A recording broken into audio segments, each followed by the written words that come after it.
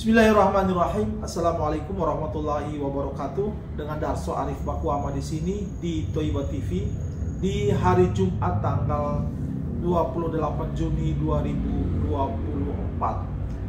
Hari Kamis kemarin tanggal 27 Juni berlangsung persidangan gugatan Ibu Ilis Siti Rahma terhadap Yusuf Mansur dan beberapa pihak terkait investasi batubara di Masjid Darussalam Kota Wisata Cibubur tahun 2009 lalu.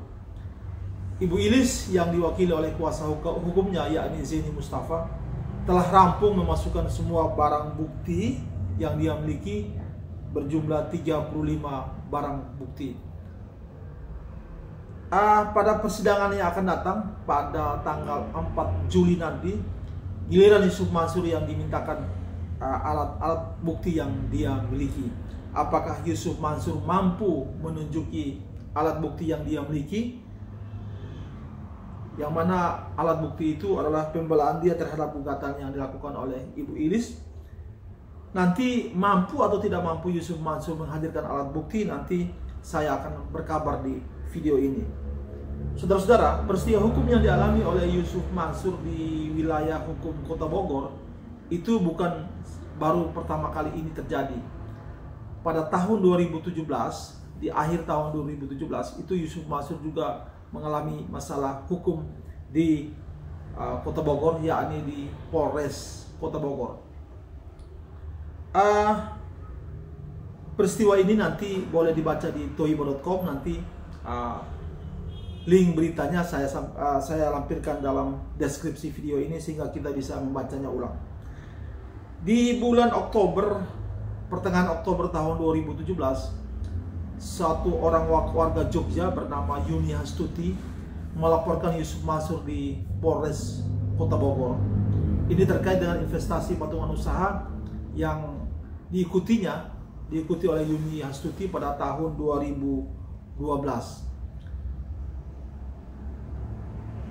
Yuni Hastuti itu mengikuti patungan usaha sebesar 12 juta rupiah. Dalam waktu yang hampir bersamaan di Polda Yogyakarta, seorang warga Sragen bernama Rosso Wahono juga mempolisikan Yusuf Mansur di sana terkait masalah yang sama, yakni patungan usaha. Kebetulan Yuni Hastuti dan Rosso Wahono itu saya juga ikut membantu di dalamnya proses hukum itu. Polisi di kedua lembaga kepolisian tersebut, yakni Polres Kota Bogor dan Polda DIY, itu melakukan upaya penyelidikan dan penyidikan sampai pada setahun kemudian, tahun 2018, sampai di sekitar akhir tahun 2018 itu proses penyelidikan dan penyidikan di kedua lembaga polisi itu dihentikan oleh penyidik dengan alasan Yusuf Mansur telah mengembalikan uang investasi Yuni Hastuti dan Rosso Wahono. Sangat disayangkan memang karena lawyer yang menangani masalah ini, yakni Pak Rahmat Siregar, itu kebetulan mempunyai masalah lain sehingga dia tidak fight di kedua lembaga kepolisian tersebut, sehingga proses penyidikan di kedua lembaga kepolisian tersebut berhenti. Yusuf Mansur mengembalikan uang kedua investor tersebut, yakni Yuni dan Rosso, itu hampir bersamaan, yakni di sekitar bulan Oktober tahun 2018. Saya bacakan tulisan saya di toiba.com ketika itu. Awalnya Rosso Wahono dan Yuni Hastuti mempolisikan Yusuf Mansur atas dugaan penggelapan dan penipuan investasi patungan usaha. Yuni Hastuti melaporkan Yusuf Mansur di Polres Bogor pada 17 Oktober 2017 dan Rosso Wahono melaporkan di Polda Yogyakarta pada 30 November 2017. Nah, pada kasus Rosso Wahono ada satu yang diajak sebagai saksi, yakni Bambang Setiobudi yang berasal dari Tuban, Jawa Timur. Setelah setahun pelaporan 2 korban dugaan penipuan dan penggelapan itu, polisi masih melakukan penyelidikan terhadap mereka yang terkait perkara tersebut. Menurut keterangan polisi ketika itu yang saya temui di Polda DIY dan Polres Bogor, Yusuf Mansur sebagai terlapor sudah dipanggil dan diambil keterangannya. Nah, masih dalam proses penyelidikan, tiba-tiba Yusuf Mansur mengembalikan uang Rosso Wahono dan Bambang Setiobudi dengan cara mentransfer ke rekening masing-masing pada tanggal yang sama, yakni 11 September 2018. Dalam keterangan uang masuk tertulis berasal dari pemilik rekening, yakni Jam'an Nur Khotib Mansur. Di situ tertulis keterangannya sebagai refund dana patungan usaha. Uang investasi Bambang Setiobudi sejumlahnya berjumlah 2 juta dikembalikan oleh Yusuf Mansur sebesar 2.640.000. Sedangkan uang Rosso Wahono yang semulanya 10 juta investasi patungan usaha dikembalikan Yusuf Mansur sebesar 13.200.000. Berbeda dengan Bambang dan Rosso, kepada Yuni Hastuti yang beralamat di Yogyakarta, Yusuf Mansur mengutus orang dekatnya ke kediaman orang tuanya Yuni Hastuti, yang belakangan orang utusan Yusuf Mansur itu bernama Unang. Kepada orang tua Yuni, Unang menyerahkan uang sebesar 15.840.000. Uang itu dinyatakan sebagai pengembalian dana patungan usaha. Dalam 2 lembar surat sebagai pengantar dari Yusuf Mansur, selain mengutus Unang untuk mengembalikan uang Yuni Hastuti, juga ada 2 lembar surat yang disertakan dengan uang itu. Dalam 2 lembar surat sebagai pengantar tertulis uang sebanyak itu adalah hasil dari besarnya keikutsertaan Yuni dalam patungan usaha sebesar 12 juta dikali 8% dikali 4 tahun, sehingga sejak tahun 2012. Nah, saudara-saudara, jadi sebelum peristiwa seorang bapak dari Purwodadi, Jawa Tengah itu, tahun 2018 saya telah membantu 3 orang peserta patungan usaha untuk mendapatkan kembali uangnya. Kala itu saya belum memiliki channel YouTube, saya hanya baru sekedar menulis di toiba.com. Ini pula penyebabnya Yusuf Mansur itu sangat takut dengan publikasi-publikasi soal pengembalian uang dia atau kekalahan-kekalahan dia di lembaga hukum, baik di kepolisian maupun di pengadilan. Karena itu, saudara-saudara, peristiwa-peristiwa hukum yang sedang dialami oleh Yusuf Mansur sekarang ini, baik oleh Zeni Mustafa dan Ilis Siti Rahmah, dan mungkin juga ada kelompok lainnya, itu Yusuf Mansur berusaha sekuat tenaga agar dia bisa keluar dari gugatan, bisa bebas dari gugatan tersebut. Karena jika saja dia dinyatakan bersalah dan dia dihukum dengan mengganti uang investasi anggota masyarakat itu, maka bisa jadi ramai-ramai orang menggugat dia. Maka bisa dibayangkan Yusuf Mansur itu bisa saja bangkrut. Wallahu a'lam. Nah, saudara-saudara, nanti pada lampiran video ini saya akan sertakan bukti-bukti atau foto-foto kebersamaan saya, pengacara Yuni, Pak Rahmat Siregar, dan Yuni Hastuti. Juga bukti-bukti pengembalian uang investasi patungan usaha dari Yusuf Mansur kepada ketiga korban investasi ini. Saya juga akan melampirkan berita-berita yang terkait dengan peristiwa ini.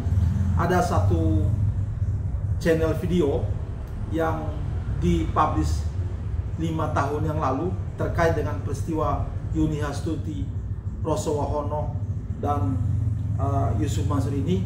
Nanti saya lampirkan dalam video berikut ini. Saudara-saudara, setelah mengikuti persidangan kemarin, saya kemudian melipir ke Jalan Ahmad Yani, tak jauh dari Pengadilan Negeri Kota Bogor. Situ terdapat satu dari 3 warung stick and shake yang berada di Bogor. Warung stick and shake di Jalan Ahmad Yani ini ya terbilang lumayan besar, dia menempati tanah memang tidak sampai 1000 meter tapi lebih dari 500 meter persegi. Saudara-saudara, dari ketiga warung stick and shake di Bogor ini, sementara kita yakini itu adalah milik Yusuf Mansur, karena pertanyaan saya kepada PT Warung Stick Indonesia tentang berapa banyak warung stick yang dimiliki oleh Yusuf Mansur dan berapa banyak lahan yang dimiliki secara pribadi oleh Yusuf Mansur, ternyata sampai dengan detik ini, sampai dengan video ini saya buat, belum ada jawaban dari PT Warung Stick Indonesia terhadap pertanyaan-pertanyaan saya yang saya ajukan, termasuk permintaan saya untuk mewawancarai manajer marketing dari PT Warung Stick Indonesia. Saudara-saudara, dari ketiga warung stick yang berada di Kota Bogor ini adalah sebuah bukti bahwa Yusuf Mansur itu bukan orang yang sederhana. Dia sesungguhnya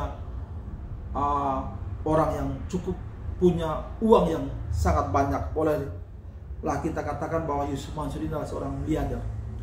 Saudara-saudara, mudah-mudahan video-video dan foto-foto berikut ini, termasuk video pemandangan warung stick and shake di Kota Bogor di Jalan Ahmad Yani, bermanfaat bagi kita semua, dan saya silakan untuk di-share sebanyak mungkin.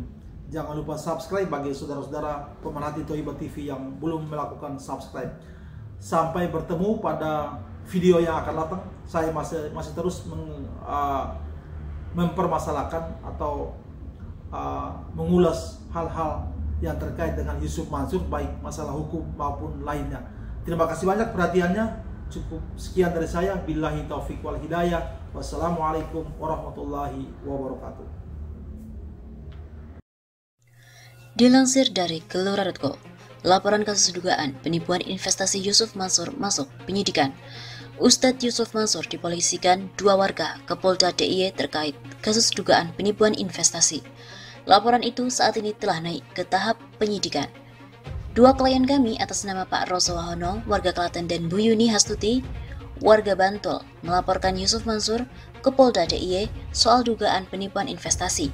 Kata kuasa hukum pelapor, Sudarso Arif, Rabu 6 Maret, Roso dan Yuni masing-masing menginvestasikan uang 12 juta rupiah setelah tergiur penawaran investasi yang dipromosikan Yusuf Mansur melalui internet. Uang itu disetor melalui sebuah ATM di wilayah kota Jogja. Namun hingga tahun 2013, tidak ada tindak lanjut dari investasi yang dijanjikan itu. Keduanya sudah mencoba meminta penjelasan dari pihak Yusuf Mansur, namun tidak mendapatkan jawaban memuaskan. Di tahun 2013, program investasi itu ternyata dihentikan Menteri BUMN saat itu, Pak Dahlan Iskan, karena dinilai ilegal, sebut Sudarso.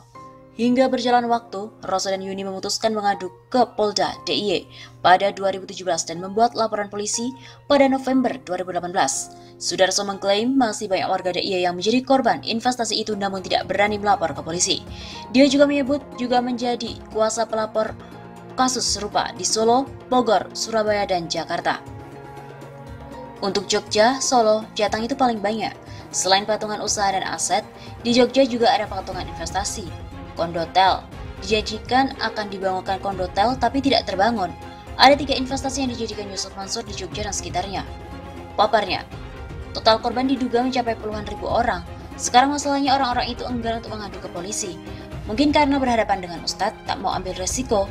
Meski uang dikit 10-15 juta, tapi korbannya diperkirakan puluhan ribu orang. Lanjutnya,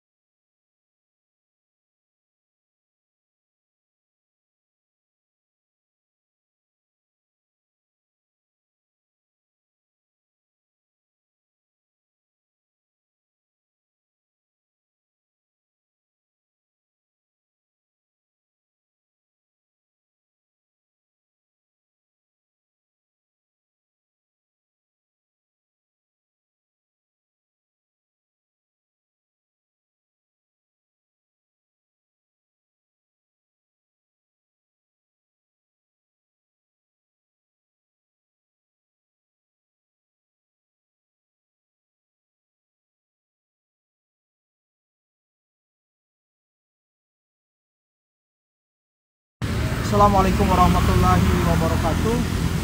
Hari Kamis tanggal 27 Juni 2024. Setelah mengikuti persidangan Denny Mustafa yang mewakili Ibu Siti Rohmah melawan Yusuf Mansur dan beberapa pihak lainnya terkait investasi batubara tahun 2009 lalu di Pengadilan Negeri Kota Bogor, saya melipir ke Jalan Ahmad Yani, sebuah kawasan yang dibilang cukup elit di tengah Kota Bogor. Di sini ada satu lagi warung steak and chic di Jalan Raya Ahmad Yani ini, masih merujuk ke pernyataan Iqbal dan beberapa sumber bahwa hampir semua atau sebagian besar dari warung steak and chic di Indonesia itu dimiliki secara pribadi oleh Yusuf Mansur, termasuk lahan tempat berdirinya warung steak and chic itu.